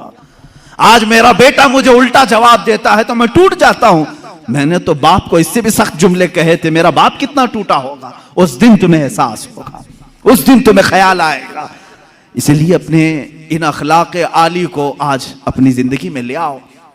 मेरे आका सल्लल्लाहु ताला अलैहि वसल्लम के अखलाक करीमाना पर गुफ्तगू करनी थी, मगर मैं बीच में यहाँ पर थोड़ी सी गुफ्तगू के लिए रुक गया। बहरहाल अल्लाह के हबीब सल्लल्लाहु ताला अलैहि वसल्लम के अखलाक करीमाना ये कि कमज़ोरों में आपने ज़िंदगी गुजारी, हर कमज़ोर की बात सुनते रहे। एक सहाबी हैं ज़ाहिर बिन हराम अशजई रज़ियल्लाहु ताला, निहायत गरीब सहाबी थे, गाँव के रहने वाले थे और सब्जियां जमा करके मदीने में बेचने के लिए आते थे। सब्जियां लेकर, ताज़ी ताज़ी सब्जियां लेकर के मदीने में आते, और उनकी आदत थी हर पहली सब्जी हुजूर के पास लेके आते थे, हुजूर की बारगाह में पेश करते। अल्लाह के नबी सल्लल्लाहु अलैहि वसल्लम ने अपनी हदीस में उनका मकाम बयान किया। एक गांव से आने वाले साहबी, देहात के रहने वाले, हुजूर ने फरमाया, ऐ लोगों, दुनिया में जितने इंसान हैं, हर शहर में रहने वाले आदमी का एक गांव वाला कोई ना कोई दोस्त होता है और हर गांव वाले का एक शहरी दोस्त होता है। हुजूर फरमाते हैं मोहम्मद का देहाती दोस्त ज़ाहिर बिन हराम है। हुजूर सल्लल्लाहु अलैहि वसल्लम ने उनसे कहा, ये मेरा देहाती साथी है, मेरा गांव वाला दोस्त है, दुनिया में ये मकाम किसी और को मिला ही नहीं। ज़ाहिर बिन हराम, उनके साथ हुजूर ने क्या मामला फरमा। एक दिन वो सब्जियां बेच रहे थे और वो काले कलर के थे, कपड़े पुराने पहने हुए आते थे। लोग, जाहिर सी बात है, सब्जियां बेचने वाले, काम काज करने वाले, खेती बाड़ी का काम करने वाले लोग सब्जियां लेकर के दूर से ही चले जाते हैं। एक दिन बाजार में खुद मेरे आका सल्लल्लाहु अलैहि वसल्लम तशरीफ लाए और वो आवाज दे रहे थे, कोई है सब्जी लेगा, ताजी ताजी सब्जी, ताजी ताजी सब्जी। हुजूर पाक सल्लल्लाहु अलैहि वसल्लम पीछे से आए और उनकी पेशानी पर, उनकी आंखों पर अपना हाथ रख दिया, उनकी आंखों पर हाथ रख दिया और फिर उसके बाद खामोश खड़े रहे। वो सहाबी ने देखा, खुशबू से महसूस कर लिया, ये कायनात का अफजल व आला अशरफ व अकमल इंसान मेरे से पीछे है। अपनी पीठ को हुजूर के सीने से मलने लगे, अपना जिस्म हुजूर से लगाने लगे। हुजूर पाक ने मुस्कुराया और फिर बाजार वाले देखते रहे। बाजार वालों को हुजूर ने फरमाया, ऐ लोगों, कोई मुझसे इस गुलाम को खरीदेगा, कोई खरीदेगा? जबकि वो हुजूर के गुलाम नहीं थे। हुजूर पाक सल्लल्लाहु अलैहि वसल्लम ने जब ये एजाज के साथ उन्हें नवाजा तो उन्होंने कहा, या रसूल अल्लाह सल्लल्लाहु अलैहि वसल्लम, मुझ जैसे की भी कोई कीमत है, मुझे कौन खरीदेगा? काला कलोटा हूं, फटे लिबास में रहता हूं, खेती बाड़ी का काम करता हूं। अल्लाह के नबी सल्लल्लाहु अलैहि वसल्लम ने फरमाया, ऐ ज़ाहिर बिन हराम, आज के बाजार में सब्जी तो बेचने आ रहा है, मगर आज मोहम्मद अरबी सल्लल्लाहु अलैहि वसल्लम ज़ाहिर को बेच रहा है और खरीदार कोई नहीं, अल्लाह रब्बुल इज्जत है। तेरी इज्जत अल्लाह की बारगाह में। एक फकीर, एक मजदूर के साथ ये अखलाक किसके हैं? रसूल पाक सल्लल्लाहु अलैहि वसल्लम के। आप मजदूरों से दूर हटते हो, ये इसका स्टेटस अलग है, मेरा स्टेटस अलग है। यहां तक कि अल्लाह के नबी सल्लल्लाहु अलैहि वसल्लम से एक सहाबी कहते हैं, मैं गया, छोटा मकान था, मैंने दावत दे दी कि हुजूर आ जाएं। हुजूर पाक सल्लल्लाहु ताला अलैहि वसल्लम तशरीफ लेकर आ गए।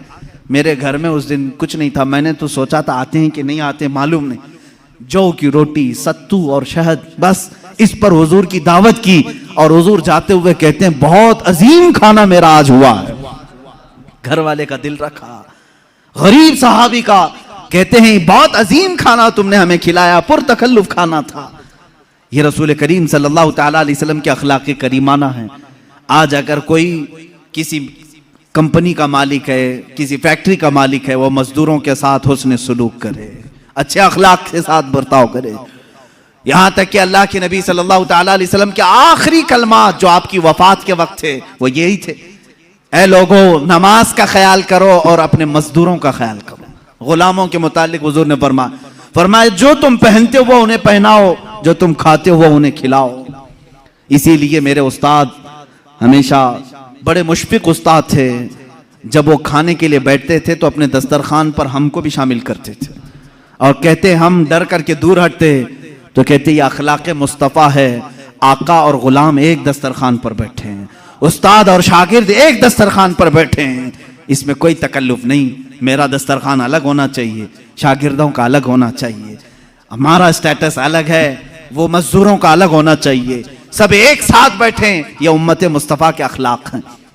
रसूल करीम सल्लल्लाहु तआला अलैहि वसल्लम के अखलाक के करीमाना में से एक बात ये भी थी कि आप अपने रिश्तेदारों का भी उतना ही ख्याल फरमाते थे और दूसरों का भी।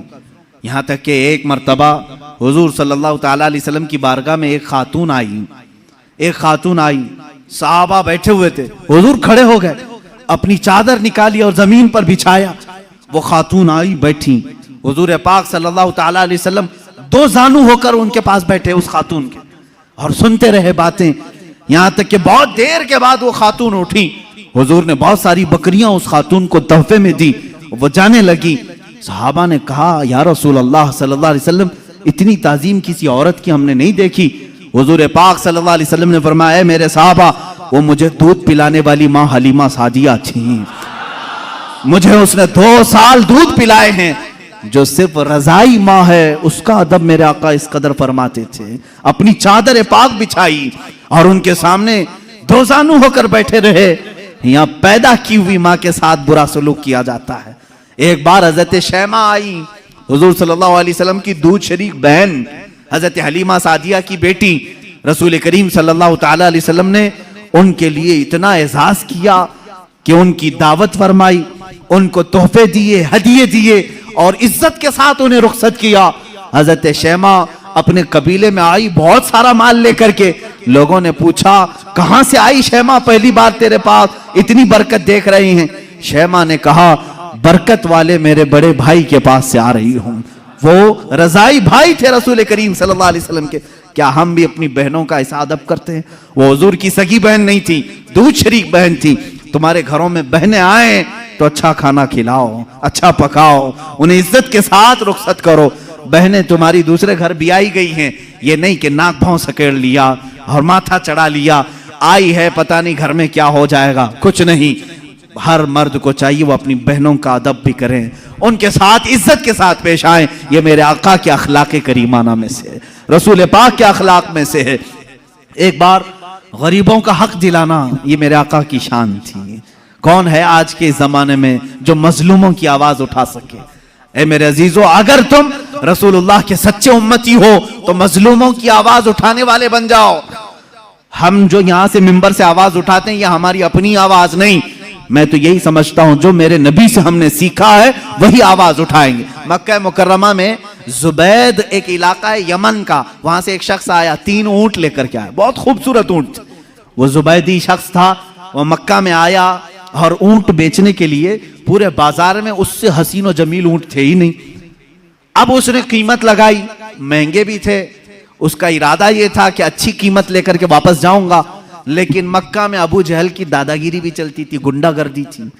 वो गुंडा था मक्के का और उसकी बात पर लोग डरते भी थे। और इसीलिए हम कहते हैं गुंडागर्दी मत करो, इसलिए कि अबू जहल की तुम जुर्रियत में नहीं हो, तुम मुस्तफ़ा की उम्मत में हो। मेरे आका सल्लल्लाहु तआला अलैहि वसल्लम गुंडों को उनके मकाम तक पहुंचा भी दिया करते थे, दादागिरी करने वाले। अबू जहल गया और पूछा, क्या क्या कीमत है इसकी? तो जुबैदी ने कहा, जो भी कीमत लगाया 1,000 दीनार, बहुत महंगे ऊंट थे, 1,000 दीनार। अबू जहल ने कहा, ये तीनों ऊंटों की जो कीमत है ना, इसका 1/3 मैं दूंगा बस, यानी 1,000 दीनार में पूरे ऊंट दे दे बस, इससे ज्यादा नहीं। अब अबू जहल इतनी कम कीमत लगाया था जो मक्का के बाजार में भी नहीं थी, उसका हक मार रहा था जो यमन से बाजार में बेचने आया था। लेकिन बात यह थी कि अबू जहल की कीमत के बाद फिर दूसरा कोई कीमत लगाने को तैयार भी नहीं होता। अब बाजार में कोई नहीं आ रहा इससे ज्यादा देने के लिए। अब इससे ज्यादा देगा तो अबू जहल उसको मारेगा, मेरी बोली पर तू कैसे बोली लगाया, क्या तू मेरे से बड़ा सेठ है? वो जमाने का सेठ भी था, मारता था लोगों को। अब वो परेशान हो गया यमनी जुबैदी शख्स। आखिरकार वो कई लोगों के पास गया, बड़े बड़े अशराफ मक्का जो थे उनके पास गया, रिक्वेस्ट किया कम से कम मेरे जाने भर का हो जाए, यमन पहुंचने का कीमत बढ़ा दो, थोड़ी मेरे ऊंटों की कीमत बढ़ाओ, देख नहीं रहे बहुत कीमती ऊंट है। कोई उसकी नहीं सुना। यहां तक कि हुजूर पाक सल्लल्लाहु अलैहि वसल्लम हजरत अबू बकर, हजरत उमर, हजरत उस्मान के साथ हरम काबा में बैठे हुए थे, मक्का मुकर्रमा में बैठे हुए थे। वो शख्स हुजूर पाक सल्लल्लाहु अलैहि वसल्लम के पास सीधा आया और कहा, ए अहले कुरैश, तुम्हारे यहां तिजारत के लिए कौन आएगा? तुम्हारे यहां गरीबों का इस्तेहसाल किया जाता है, जुल्म किया जाता है, कीमतें घटा करके ली जाती हैं, गुंडागर्दी है, दादागिरी है, कौन आएगा तिजारत करने? हुजूर पाक सल्लल्लाहु अलैहि वसल्लम खड़े हो गए, कहा कौन तेरे साथ गुंडागर्दी किया, कौन है तेरे साथ दादागिरी किया? उसने अपना पूरा वाकया सुनाया, मेरे ऊंटों की इतनी कीमत मैंने लगाई, अबू जहल ने गिरा करके इतनी कीमत लगाई और उसकी कीमत के बाद कोई दूसरा कीमत लगाने को तैयार ही नहीं। हुजूर पाक सल्लल्लाहु अलैहि वसल्लम ने फरमाया, चल मैं तेरे साथ चलता हूं। बाजार में हुजूर तशरीफ लाए, बाजार में आए अल्लाह के नबी सल्लल्लाहु ताला अलैहि वसल्लम, पूरे बाजार में कोई उन ऊंटों को खरीदने की हिम्मत नहीं कर रहा है। हुजूर ने सारे मजमे में पुकार कर कहा, तेरे ऊंटों की क्या कीमत है? उसने पहले जो कीमत बताई वही बताई, ये ऊंटों की कीमत। अल्लाह के नबी सल्लल्लाहु अलैहि वसल्लम ने फरमाया, मंजूर है, मुझे मंजूर है। अबू जहल भी खड़ा था, खामोश खड़ा था, देख रहा था कि कौन कीमत लगाएगा। हुजूर ने लगाया, 3000 दिरहम दीनार दिए और तीनों ऊंट ले लिए और खुद बाजार में खड़े हो गए। अब कोई मुझसे ऊंट खरीदेगा? कोई है जो मुझसे ऊंट खरीदे? हुजूर ने तिजारत भी सिखाई, यहां तक कि हुजूर पाक सल्लल्लाहु ताला अलैहि वसल्लम ने 2 ऊंटों की कीमत वो रखी जो उसने 3 ऊंटों की रखी थी, बढ़ा करके, यानी 3 ऊंटों की 3000 थी, हुजूर ने 2 ऊंटों की कीमत 3000 रखी और उसी वक्त बाजार में खरीदार भी आए और बिक भी गए। एक ऊंट फायदे में बचा रहा, 3000 जो हुजूर ने उसको दिए थे वो 3000 2 ऊंटों में वापस आए, एक ऊंट फायदे में बचा रहा। उस एक ऊंट को मेरे आका सल्लल्लाहु अलैहि वसल्लम ने बेचा, तीसरा खरीदार आया और वो पूरे माल को वही यमनी जुबैदी शख्स के हवाले किया, अपने अहले खाना को, अपने घर वालों को सब में तकसीम किया। ये सब माजरा देख रहे थे। अबू जहल खड़ा था, सीधे हुजूर चलते हुए अबू जहल के पास आए, सीधे उससे कहा, या उमर, उसका नाम उमर था, ए अबू जहल, ए उमर, आइंदा दोबारा किसी भी मजलूम के साथ ऐसा मामला ना करना, वरना तेरे साथ वो सुलूक होगा मेरी जानिब से जिसको तू कभी जिंदगी में पसंद नहीं करेगा। उसने कहा, ठीक है, मैं वादा करता हूं आइंदा से किसी की कीमत नहीं गिराऊंगा। भीगी बिल्ली बन गया, डर गया इतना, जिसके रौब से सारे लोग डर रहे थे, कुछ नहीं। हुजूर शाहाना फतह के साथ निकले, सारे कुरैश के सरदार जल्दी जल्दी दौड़े आए। अबू जहल से कहा, क्या हो गया, क्यों घिग्गी बन गई थी? मोहम्मद से डर गए? हम तो उनके खिलाफ मीटिंगें करते रहते हैं, सबके सामने उन्होंने तुझे डरा लिया और तू हाँ हाँ करता रहा, वादा भी कर लिया आइंदा कभी नहीं करूंगा, क्या बात है? सुनो मेरे अजीजों, अल्लाह की अजीम फतह और नुसरत कैसी होती है। अबू जहल कहता है, लोगों क्या बताऊं, बात यह है कि मोहम्मद की बात को मैं इनकार कर सकता था, लेकिन जब वो मेरे सामने बात करने के लिए आए तो मैंने देखा इधर 500 उधर 500 नेजा लेकर कोई लोग खड़े हुए थे। अगर मैं इनकार करता सारे नेजे मेरे ऊपर आ जाते थे। इतनी बड़ी जमात मोहम्मद अकेले लेकर के आए हैं, मैं मानता ना क्या करता, यहां मानू ना तो क्या करूं, मेरी जान तो नहीं दे सकता था। मैं मान लिया, जैसे ही मैं मान लिया वो जमात भी गायब हुई, मोहम्मद भी चले गए। मुझे मालूम था कि मोहम्मद कोई जमात लेकर के आए। मक्का वालों ने कहा कोई भी जमात नहीं थी, वो अकेले आए थे। मेरे अजीजों, ये अल्लाह की फतह है। कमजोरों के हक दिलाने के लिए जो खड़ा होता है, अल्लाह अपने फरिश्तों को उसका हामी बनाकर भेजता है। तुम आवाज उठाओ गरीबों के लिए, आवाज उठाओ मजलूमों के लिए, आवाज उठाओ कमजोरों के लिए। ये ना देखो कि तुम्हारी आवाज कितनी है, तुम कितनी हैसियत रखते हो।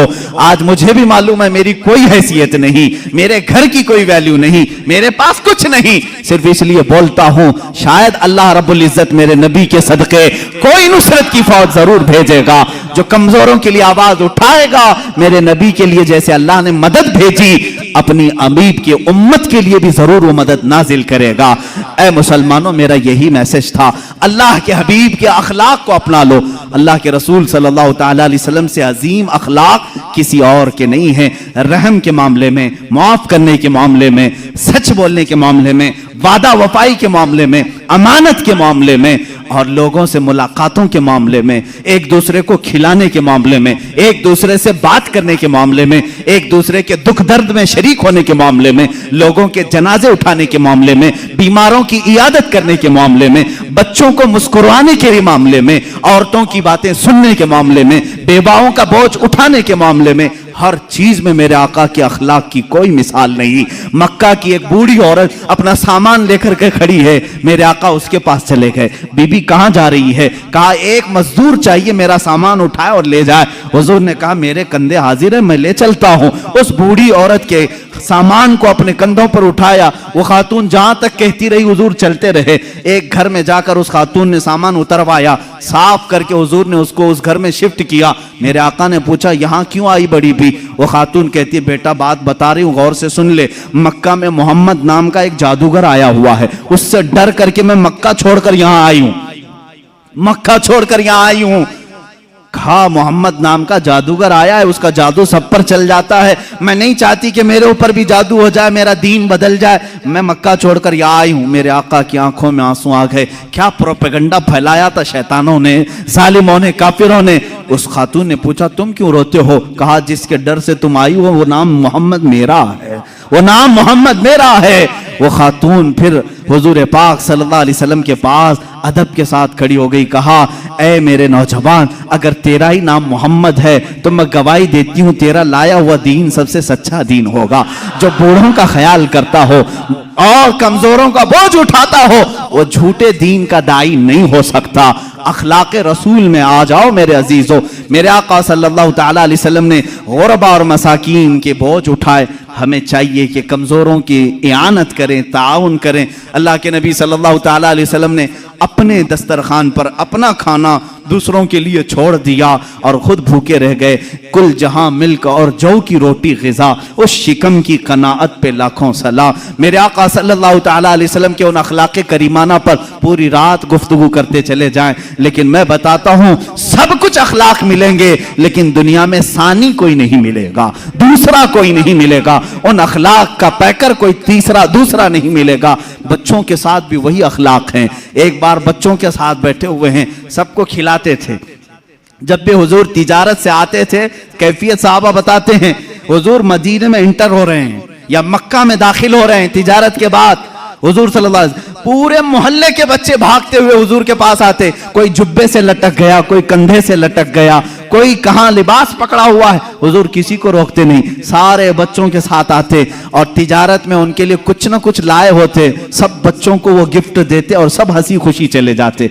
एक साहबियां हैं उम्मे खालिद, छोटी बच्ची हैं, हुजूर सल्लल्लाहु तआला अलैहि वसल्लम साहबा को कुछ बयान कर रहे हैं, वो चलती हुई आई, हुजूर की चादर निकाली, पीछे हुजूर की मोहरे नबुव्वत है, उससे खेलने लगी। वो निहायत ही खूबसूरत मोहरे नबुव्वत थी। माँ बाप ने डांट करके कहा बच्ची से, उम्मे खाली से हट जा। रसूलुल्लाह के कंधे के पास पहुंच गई। हुजूर ने फरमाया दाहा तलाबू, छोड़ो उसे खेलने दो मेरे साथ। यह अखलाक मेरे आका सल्लल्लाहु अलैहि वसल्लम, छोड़ो उसको मेरे साथ खेलने दो। उस बच्ची को भी खेलने के लिए अपना जिस्म पाक अता किया। ये बच्चों के साथ एक बार मोहल्ले से गुजर रहे हैं, छोटे छोटे बच्चे नकल करते रहते हैं किसी न किसी की। एक है बच्चे उसमें अबू महजूरा, सारे बच्चों को जमा करके कहते हैं बिलाल कैसे अजान देते मैं बताऊं? बच्चों ने कहा हाँ बताओ। वो एक ऊंचे कट्टे पर खड़े हो जाते हैं, हजरत बिलाल जैसे मस्जिद में अजान देते थे, ये बच्चा नकल करके बता रहा है। हुजूर वहीं से गुजर रहे थे, पीछे जाकर खड़े हो गए। सारे बच्चे सामने वाले डर गए, अबू महजूरा को नजर नहीं आए, वो अजान देते रहे। जैसे ही बच्चे इधर उधर डर के सिसकने लगे, सहमने लगे, अबू महजूरा ने पीछे मुड़ करके देखा हुजूर पाक थे। वो डर करके रोने लग गए, कहा माफ करो मुझे, माफ करो, मैं तो ऐसे ही बच्चों को बता रहा था। जाहिर सी बात है किसी की नकल करते हुए पकड़ा जाए, दूसरे लोग मार डालें उसे, बदतमीज बद अखलाक नहीं। मेरे आका ने कहा आओ इधर, मस्जिद नबवी ले आए और ऊंचे टीले पर खड़ा किया, कहा जैसे नकल कर रहे थे फिर करके दिखाओ, फिर करके दिखाओ बिलाल कैसी अजान देते हैं। अबू महजूरा ने जब देखा मैंने गलत नहीं किया था, अब खुशी के मारे अजान देने लगे।